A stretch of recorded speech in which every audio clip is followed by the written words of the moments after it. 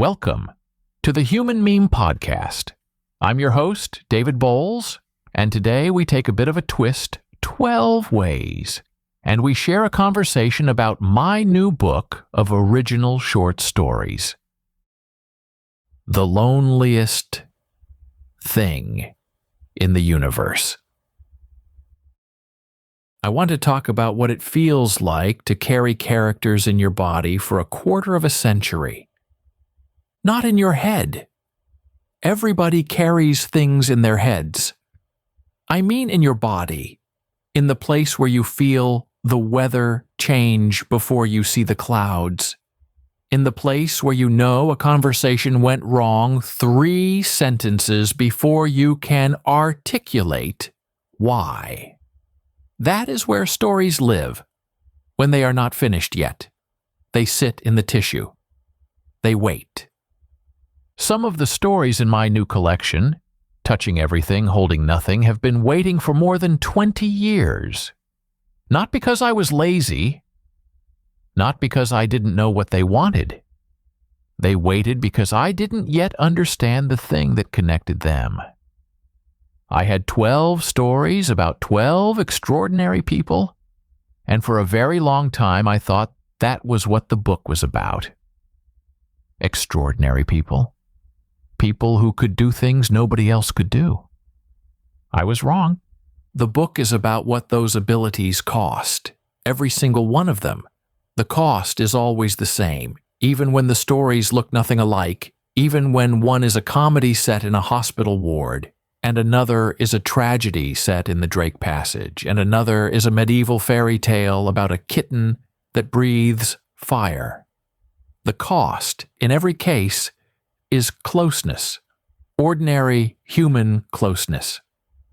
The unremarkable warmth of being known without being studied or feared or worshipped or fled from. That is the ache at the center of this collection. And it took me 25 years to hear it clearly enough to say it out loud. Let me tell you how this started. I have been publishing since 1975.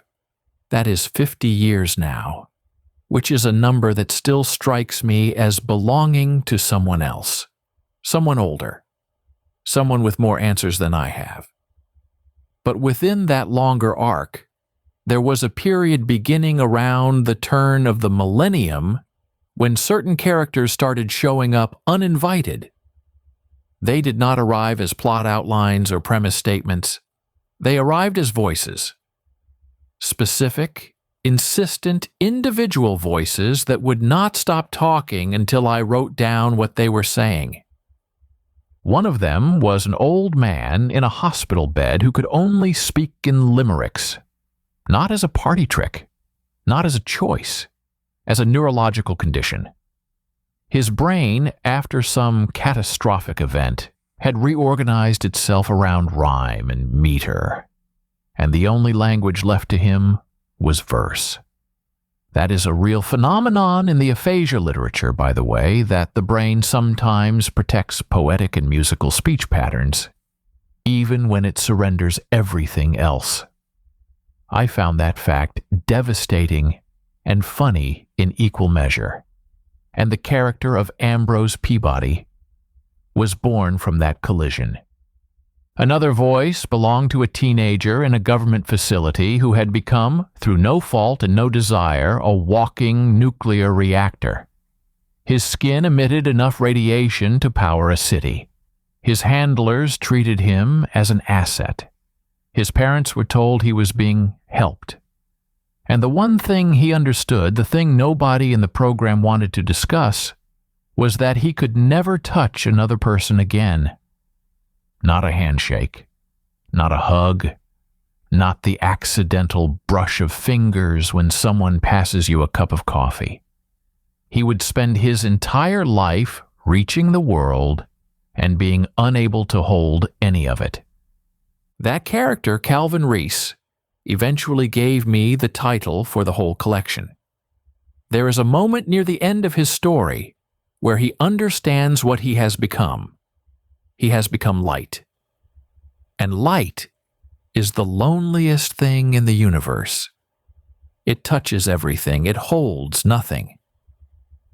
When I wrote that line, I stopped typing for a long time, because I realized it described all of them, every character I had been carrying. The detective in 1920s New York, who remembers everything and cannot stop his own corruption. The physicist in Minnesota, who can fold space-time but cannot cross the distance to his own kitchen table. The ship's doctor, who saves lives during a catastrophe and discovers that every triage decision is a verdict about who matters. The medieval dyer whose hands can transmute matter and whose neighbors recoil from the miracle. They were all the same person. They were all light. Now, I want to say something about genre because this collection crosses a lot of lines that publishing typically draws in permanent ink.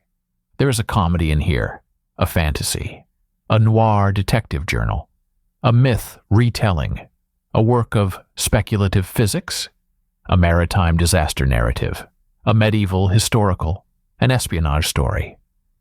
12 stories, and almost none of them would sit comfortably on the same bookstore shelf. That was deliberate. It was deliberate because isolation does not respect genre. You do not get to be lonely only in literary fiction. You do not get to be separated from other human beings only in the settings that critics consider serious. A dragon kitten who burns too wrong and too hot for its own kind is experiencing the same exile as a spy who has perfected the art of invisibility and now cannot remember how to be seen. The comedy of a man who speaks in limericks and the tragedy of a man who becomes a nuclear weapon are the same story told at different temperatures. If I had restricted these stories to a single genre, I would have been lying about how loneliness works. Loneliness is not a genre. It is a condition. It operates everywhere. People sometimes ask writers how long a book takes. The honest answer is always unsatisfying because the honest answer is the whole time. Everything I have read, studied, failed at, observed, and lived through is in these stories somewhere. My training in dramatic literature at Columbia is in the structure. My years studying medicine are in the neurological precision of the Limerick Ward and the physics of the atomic man. My time studying law is in the procedural architecture of the man who knew too much. My decades of teaching are in the conviction that a story should leave you knowing something you did not know before, not because the author lectured you, but because the character's experience rearranged something in your understanding. But the specific creative archaeology of this collection, the work of recognizing that these 12 pieces belong together and then preparing them for publication, that involved a different kind of effort. It meant going back into stories I had written years ago, sometimes decades ago, and asking whether they still meant what I thought they meant. Some of them did. Some of them had grown into something larger while I wasn't looking. The way a tree you planted as a sapling has become something you cannot get your arms around. And some of them needed work, not because they were broken, but because I was different. And the book they were joining was more demanding than any of them had been on their own. The author's note in the collection says it plainly. If there is a thesis to this book, it is that the distance between extraordinary and alone is shorter than we think, and the bridge between them is not built by reducing oneself, but by finding someone willing to stand in the heat. That sentence took me 25 years to earn. Not to write, to earn. I want to close with something I've been thinking about, which is the relationship between a writer and a character who lives in them for a very long time before reaching the page. There is a version of this relationship that sounds romantic, the artist haunted by his creations, the sculptor who sees the figure trapped in the marble. It is a flattering narrative, and I am suspicious of it. What actually happens is less poetic and more physical. You walk around with a heaviness that has no medical explanation. You find yourself unable to fully enjoy certain experiences because a person who does not exist is standing next to you, and they cannot enjoy it either, and their inability contaminates yours. You write other things. You publish other books. You teach classes and record podcasts and live your life. And the whole time there is this unfinished business sitting in your chest like a stone you swallowed. Letting these stories go, putting them between covers and sending them into the world, did not feel like achievement. It felt like relief. It felt like setting down something heavy and discovering that my shoulders had been hunched for so long I had forgotten what standing straight felt like. These 12 characters are not mine anymore. They belong to whoever reads them now. And I hope, when you meet them, you recognize what I eventually recognized. That the thing that makes them extraordinary and the thing that makes them unreachable are the same thing.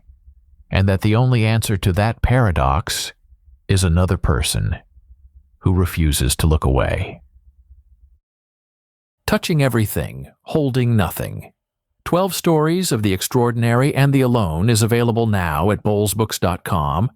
The ebook is $4.99. The paperback is $14.99. And the full PDF is available as a free download from the website, because I believe books should find their readers, and not every reader can afford to be found. For the Human Meme Podcast, I'm David Bowles, wishing you a good evening and a fulfilling tomorrow. Thanks for listening. Be a human meme.